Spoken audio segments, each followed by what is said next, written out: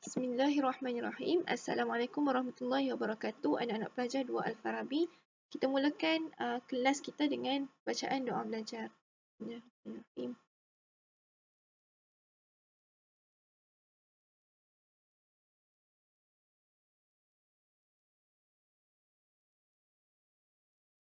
Baiklah. Jadi quotes of the class hari ini cikgu nak reveal ilmu menghidupkan hati. Ilmu menghidupkan hati sebagaimana hujan menyuburkan tanah. Maksudnya dalam hidup kamu ni kamu nak mau tak boleh berpisah dengan ilmu. Baik ilmu agama ataupun ilmu dunia. Tambah-tambahlah ilmu agama lah. Maksudnya apa yang cikgu ajar sekarang kan ilmu dunia kan. Jadi bila kamu belajar ilmu dunia ni cikgu nak kamu kait sikit kait dengan agama. Sebab ilmu dunia ni pun sebenarnya adalah daripada Allah. Jadi kita nak ilmu yang kita belajar ni bermanfaat lah. Supaya dia jadi macam dalam quote ni. Macam Ustaz Abdul Malik ni cakap. Ilmu menghidupkan hati sebagaimana hujan menyuburkan tanah. Okey, jadi cikgu nak sambung yang semalam kita tak sambung. Bahagian daya. Masih bahagian daya 8.1. Hari ni sikit saja. Cikgu rasa pendek je kot video hari ni. Kita nak sambung sikit je. Tak masuk pun 8.2 kesan daya tu. Kita nak masuk 8.1 saja. Iaitu satu je. Menjelaskan dengan contoh. Okay, kita nak jelaskan dengan contoh-contoh setiap daya tindakan terhadap daya tindak balas yang sama magnitude tapi bertentangan arah. Macam mana tu? Punya panjang tapi tak faham kan? Kita masih tak dapat idea tu kan kamu? Sebab kita tak cerita lagi tentang daya tindakan dan daya tindak balas. Yang tu lah yang kita nak belajar hari ni. Kita dah belajar semalam magnitude kan? Dan arah. Sebab daya ni dia ada magnitude dan arah kan. Okay, kita nak tengok Okay, jadi cikgu pernah tangkap gambar ni masuk dalam kelas, tak ingatlah kelas waktu lama dah PDPR dululah. Ni botol ayak cikgu kan. Okay, jadi kedudukan dia adalah kita panggil sebagai pegun. Samalah macam buku teks muka surat 173 kamu. Kereta apa tu? Myvi ke? Myvi ke apa dia? Azia. Itulah kereta putih tu. Dia dalam keadaan pegun, tidak bergerak. Okay, pegun tu maksudnya tidak bergerak. Sama macam buku dan apple tu. Dia pegun je di atas meja. Jadi, dia sama macam botol ayak ni. Okay. Kita panggil sebagai pasangan daya tindakan, daya tindak balas. Okay. Yang ni adalah berpasangan lah daya tindakan dengan daya tindak balas. Okay, macam mana berpasangan tu? Okay, dia adalah mengikut hukum Newton lah. Hukum Newton 3. Hukum Newton 3 ni lah yang mengatakan wujudnya dalam sesuatu objek yang pegun, okay, ataupun bergerak dalam keadaan yang sama. Pegun lah, kita cerita pasal pegun dulu. Yang dalam objek yang pegun, dia ada pasangan daya tindakan dan daya tindak balas. Okay, tapi dalam objek yang pegun, dia ada magnitude yang sama walaupun arah bertentangan. Maksudnya kat sini, contohnya ini adalah daya tindakan. Okay, daya tindakan. Daya tindakan ni dia punya magnitude 15 Newton. Okay, dan arah dia ke bawah. Dan syarat dia, hukum Newton ni, dia kata akan ada lagi satu daya iaitu daya tindak balas. Daya tindak balas ni adalah pasangan kepada daya tindakan. Okay, kalau cikgu cakap daya tindakan tu dia arah ke bawah kan. Jadi daya tindak balas mesti bertentangan dengan daya tindakan. Maksudnya daya tindak balas adalah ke atas. Yang ni adalah contoh sahajalah.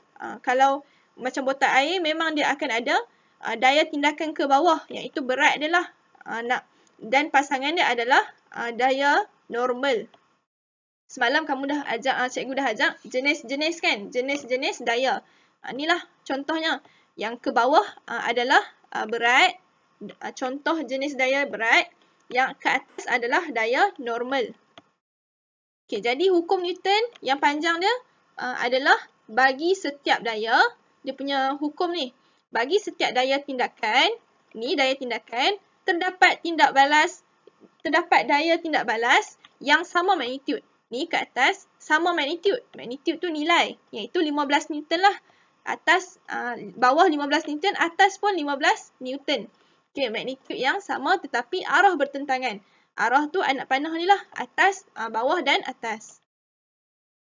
Okey, jadi cikgu nak bawakan kat kamu 3 situasi. Lepas tu habis dah kita punya pembelajaran hari ni. 3 sahaja situasi yang macam buku teks kamu bagi tahu dalam muka surat 173 dan 174. Okey, situasi pertama, jasad yang kekal dekat atas meja. Okey, dia sama situasi macam botol air ni tadi. Okey, sama. Apa yang cikgu terang sini, yang ni lah yang cikgu nak terang untuk situasi pertama sebab dia situasi yang samalah, serupa. Objek tu dia kekal atas meja, dia pegun. Okey, contohnya buku. Buku yang kekal atas meja, tidak bergerak, kan? Pegun, okey, dia mengalami tindakan daya tarikan graviti. Iaitu berat lah. Okey, iaitu berat. Dia ke bawah. Dalam masa yang sama, daya tindak balas yang disebut sebagai daya normal. Yang ni. Yang cikgu cerita tadi, sebiji cikgu cerita kat kamu. Okay, dia ada daya normal yang bertentangan dengan berat lah, iaitu daya tindakan dalam kes ni. Okay, jadi disebabkan mereka ni saling bertentangan, jadi nilai daya tu akan jadi kosong lah sebab anak panah atas, magnitude yang bawah tolak magnitude yang atas. Macam tu. Sebab tu objek ni tidak bergerak. Okey, untuk situasi kedua pula, jasad yang terapung atas air. Jasad tu kita ni lah, contohnya blok ni lah. Okey, contohnya bongkah kayu terapung atas air. Okey, dia ada mengalami juga tindakan daya graviti yang dipanggil sebagai berat. Okey, yang ni sebagai berat kan, sebab apa saja yang duduk atas permukaan mesti ada berlaku berat lah sebab ada daya tarikan graviti. Okey, dalam masa yang sama, daya tindak balas. Kalau tadi daya tindakan, yang ni berat ni daya tindakan. Okey, dalam masa sama, daya tindak balas yang disebut sebagai daya apungan.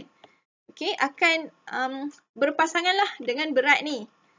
Dia akan menghasilkan arah yang bertentangan dengan berat.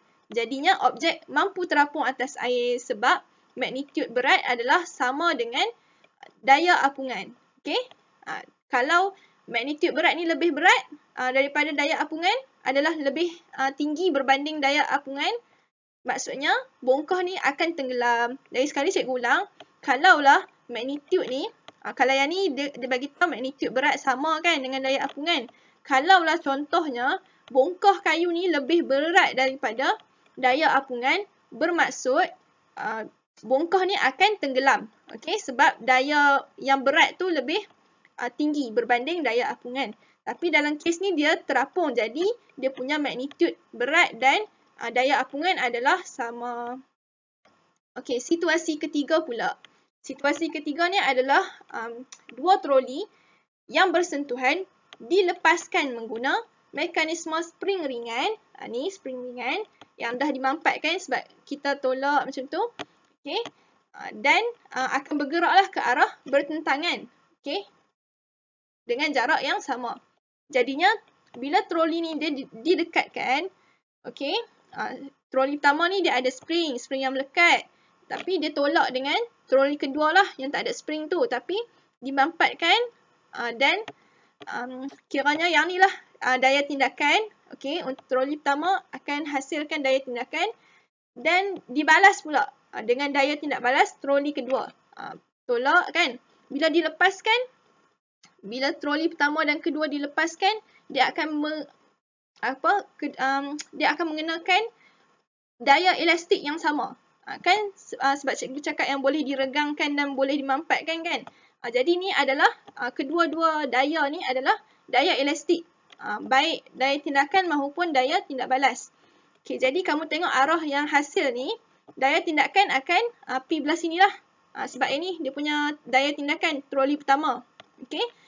Dan daya kedua, daya tindak balas akan beralih pada troli pertama. Daripada yang kedua ni, kan? Daripada kedua dia akan beralih pada troli pertama lah. Dan troli pertama yang ada daya tindakan ni akan mengalihkan daya tindakan tu pada troli yang kedua. Macam tu kisah dia. Okay, jadi cikgu harap kamu faham. Kalau kamu tak faham, boleh tanya cikgu ataupun kamu ulang-ulanglah video ni. Okay. Dan akhir sekali tugasan kamu kena buat kamu kena buat muka surat 174 dan 175 bahagian latihan formatif 8.1.